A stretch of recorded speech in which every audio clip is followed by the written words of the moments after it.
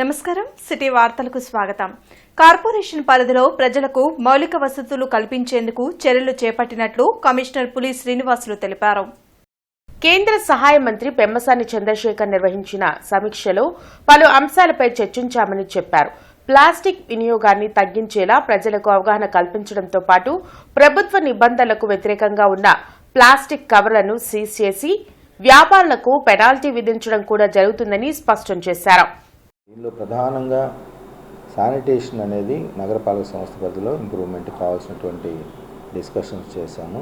అదే కూడా roads, trains, ఎందుకంటే ప్రజలు ఎక్స్పెక్ట్ చేసే ఎసెన్షియల్ సర్వీసెస్ రోడ్డు బాగలేదని, లేకపోతే శానిటేషన్ తీయట్లేదని, లేదా స్ట్రీట్ లైట్ వెలగట్లేదని, ఇలా ఈ డ్రింకింగ్ వాటర్ రావట్లేదని, ఇవన్నీ ఎసెన్షియల్ సర్వీసెస్ ప్రజలకు అందించాల్సిన బాధ్యత నగరపాలక సంస్థ తరఫున ఉంటుంది. ఎందుకంటే దే ఆర్ పేయింగ్ ట్యాక్సెస్, ప్రజలు ట్యాక్సెస్ పే చేస్తున్నారు.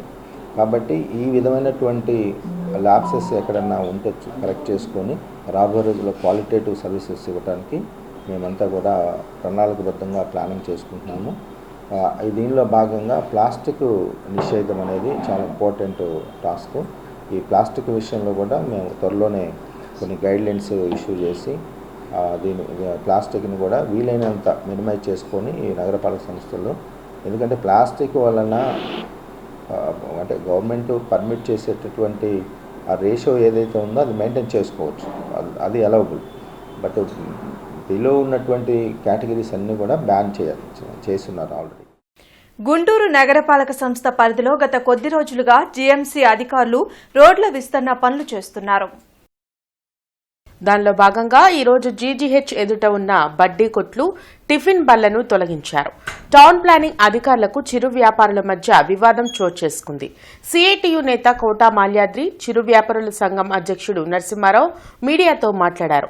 జీఎంసీ అధికారులు ఎటువంటి ముందస్తు సమాచారం లేకుండా కూల్చివేస్తున్నారని ఆవేదన వ్యక్తం చేశారు. హైకోర్టు స్టే ఉన్నప్పటికీ లెక్క చేయకుండా తొలగిస్తున్నారని మండిపడ్డారు. ప్రత్యామ్నాయం చూపించి తొలగించాలని డిమాండ్ చేశారు. సుప్రీంకోర్టు తీర్పులు ఉన్నాయి, అయినప్పుడు కూడా ఈరోజు ఒకేసారి అందరూ కూడా వచ్చి తీసేస్తా ఉన్నారు. వాళ్ళకి ఏమాత్రం కూడా ఇన్ఫర్మేషన్ ఇవ్వకుండా తీసేయడాన్ని ఏఐటీసీగా చిరు వ్యాపారులుగా వ్యతిరేకిస్తా ఉన్నాం. సూపరింటెండెంట్ గారు ఆయన స్వయాన వచ్చి రోడ్డు మీద పెట్టిన బండికి కూడా తాళాన్ని కూడా ఆయన 2 చేతులతోటి చైన్ కూడా పగలగొట్టే పరిస్థితి ఉంది. దాన్ని కూడా హైకోర్టుకు సంబంధించి వారి దృష్టి కూడా తీసుకెళ్ళాం. వారు చేయడం కరెక్ట్ అని కాదని ఒక పక్క చెప్తున్నా. అధికారులంతా కూడా ఆయన అత్యుత్సాహంతో వీళ్ళందరూ తొలగించాలన్నారు. తొలగించడానికి ఇబ్బంది లేదు, వీళ్ళంతా కూడా మీకు అడ్డం లేకుండా వెళ్ళడానికి సిద్ధంగా ఉన్నారు. కానీ పిలిచి వెండింగ్ కమిటీలో ఉన్న సభ్యులు కూడా ఇన్ఫర్మేషన్ లేకుండా తొలగించడం సరైనది కాదు. నువ్వు రావద్దు, మీకు ఏమన్నా కోర్టులో తెలుసుకోమన్నావు, కోర్టులో తెలుసుకోవచ్చుగా మీరు. అంటే మా కోర్టును కూడా గౌరవించా మీరు. నేనైతే చట్టాన్ని గౌరవిస్తాను, మీరు గౌరవించట్లేదుగా, మరి ఎందుకు? బ్రాడీపేటలోని బృందావనం ఫంక్షన్ హాల్లో ఆంధ్రప్రదేశ్ హైందవ డెవలప్మెంట్ సొసైటీ ఆధ్వర్యంలో బీజేపీ నాయకులు జూపూడి రంగరాజు, జనసేన నాయకులు మాణిక్యాలరావు చేతుల మీదుగా మహారుద్రాభిషేకం 2024 పోస్టర్ని విడుదల చేశారు. జూపూడి రంగరాజు మీడియా సమావేశంలో మాట్లాడారు. గత 4 సంవత్సరాలుగా కార్తీక మాసంలో కన్నుల పండగగా భక్తి శ్రద్దలతో మహారుద్రాభిషేకం నిర్వహించడం జరుగుతుందని తెలిపారు. ఉజ్జయిని రాజేష్ అఘోరస్వామి చేతుల మీదుగా నవంబర్ 25వ తేదీన ఈ మహారుద్రాభిషేకం జరపబడుతుందని ఆయన అన్నారు. ఈ మహారుద్రాభిషేకం కార్యక్రమంలో పాల్గొన్న ప్రతి ఒక్కరికి మహిమాన్వితమైన రుద్రాక్ష అందచేయడం జరుగుతుందని తెలిపారు. భక్తులంతా ఈ అవకాశాన్ని సద్వినియోగం చేసుకోవాలని కోరారు. ఈ కార్యక్రమంలో ఆంధ్రప్రదేశ్ హైందవ డెవలప్మెంట్ సొసైటీ నాయకులు పాల్గొన్నారు. గుంటూరులో కూడా రేపు నవంబర్ 25వ తారీఖు నాడు అఘోరి స్వామి చాలా మంది వస్తారు. అందులో అఘోరీలు అంటే ఏదో రక్త మాంసాలు పిలుచుకుని తినేవారు అనుకుంటారు. శాంతి కావ అఘోరీలు చాలా మంది ఉన్నారు. దేశ అభివృద్ధి కోసం చేయడం అఘోరీలు చాలా మంది ఉన్నారు.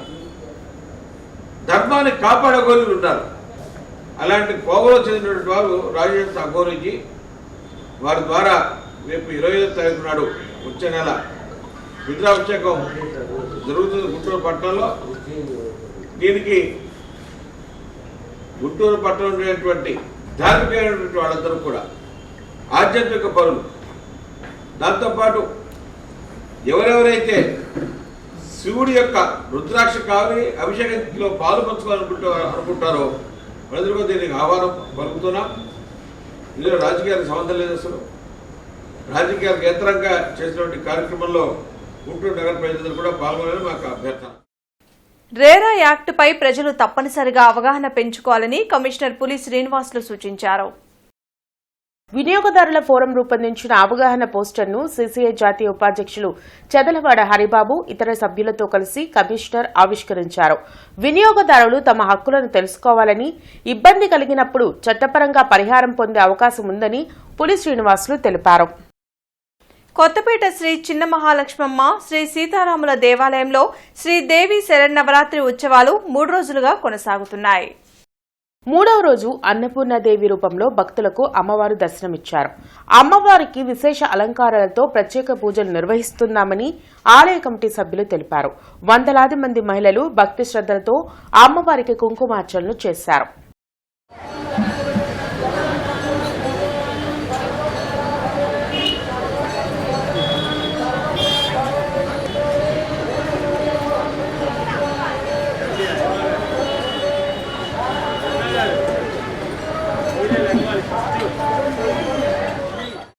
గుంటూరు నగరపాలక సంస్థ పరిధిలో జరుగుతున్న రోడ్ల మరమ్మతులు, పారిశుద్ధ్య పనులపై కలెక్టర్ కార్యాలయంలో జీఎంసీ అధికారులతో కేంద్ర సహాయ మంత్రి పెమ్మసాని చంద్రశేఖర్ సమీక్ష నిర్వహించారు. మంత్రి పెమ్మసాని చంద్రశేఖర్ మీడియా సమావేశంలో మాట్లాడారు. నగరంలో దెబ్బతిన్న రోడ్లను వెంటనే మరమ్మతులు చేయాలని అధికారులను ఆదేశించామని తెలిపారు.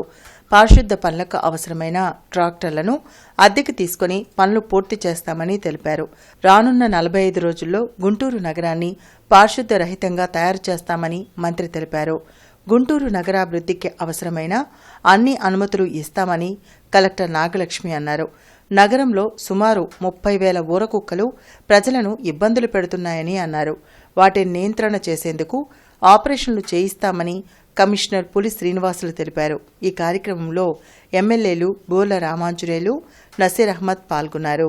పాట్ హోల్స్ క్లోజ్ చేసుకోవటం, కొత్త రోడ్లు అత్యవసరంగా అవసరమైన చోట రోడ్లు వేయటం, రెండోది శానిటేషన్ మీద ఇంపార్టెంట్ థింగ్స్, అడిషనల్ ఆటోస్ రావటం, జీటీఎస్లు బిల్డ్ చేయటం, 4 జీటీఎస్లు, అవి దాదాపుగా 15 crores అవుతుందన్నారు. కాకపోతే అవి లాంగ్ టర్మ్ దృష్ట్యా ఆ 4 GTS కంపల్సరీగా పెట్టాలి. పెట్టకపోతే ఈ ఆటోస్ వేస్ట్ కలెక్ట్ చేసుకొని సిటీ మొత్తం ట్రావెల్ చేసి ఎక్కడో ఉన్న డంప్ యార్డ్కి వెళ్ళలేని పరిస్థితి ఉంది.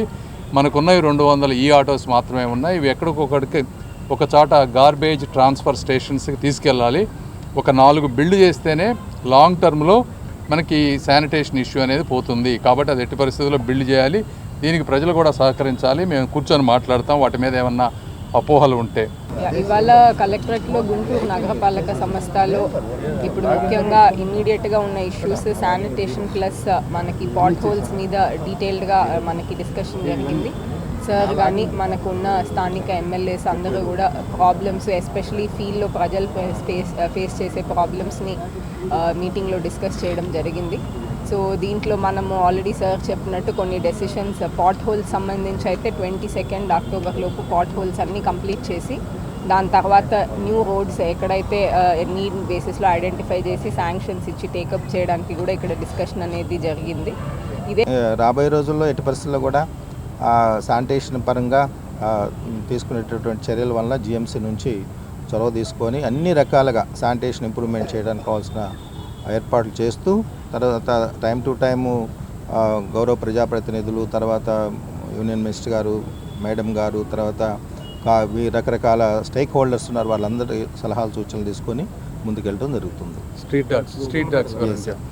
స్ట్రీట్ డాగ్స్ యాక్చువల్గా మనకి యానిమల్ హస్బెండరీ డిపార్ట్మెంట్ వాళ్ళు ఇచ్చిన స్టాటిస్టిక్స్ ప్రకారం దగ్గర 30,000 స్ట్రీట్ డాగ్స్ ఉన్నాయి. అయితే ఈ 30,000 గవర్నమెంట్ ఆఫ్ ఇండియా నామ్స్ ప్రకారం అక్కడ ఎనలిస్ట్ అయినటువంటి ఒక ఎన్జిఓకి ఎంట్రెస్ట్ చేశారు. వాటికి గత 15 రోజుల క్రితం కురిసినటువంటి వానలకు గుంటూరు నగరంలో ఉన్నటువంటి ప్రధాన రహదారులన్నీ కూడా పూర్తిగా గుంతలమయమై ప్రజలు ఇబ్బందులు పడుతున్నటువంటి పరిస్థితులను ఈరోజు బేరీజ్ వేసుకొని వెంటనే రాబోయేటువంటి 15-20 రోజుల్లో ఆ గుంటలన్నీ కూడా పూడ్చి రోడ్లను మరమ్మతులు చేసేటువంటి కార్యక్రమాన్ని వెంటనే చేయాలని చెప్పి ఈరోజు తీర్మానించుకోవడం జరిగింది.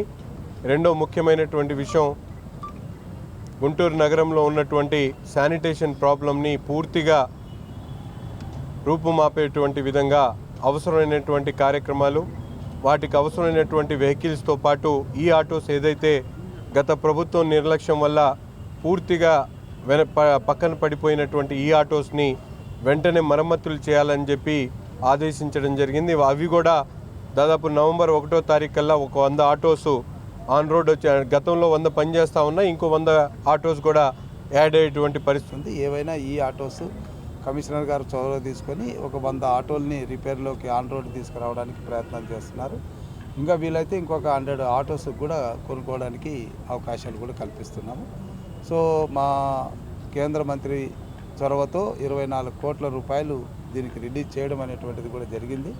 కాబట్టి ఇంతవరకు ఆర్థికంగా సతమతమవుతున్నటువంటి కార్పొరేషన్కి నిధులు ఇవ్వడం ద్వారా ఈరోజు కలెక్టర్ గారి నేతృత్వంలో మరి ఈ కార్యక్రమాలన్నీ కూడా పర్యవేక్షణ చేయాల్సిందిగా కేంద్ర మంత్రి వారు కోరారు. కలెక్టర్ గారు కూడా దానికి అంగీకరించారు. ఈ వార్తలు ఇంతటితో సమాప్తం. నమస్కారం.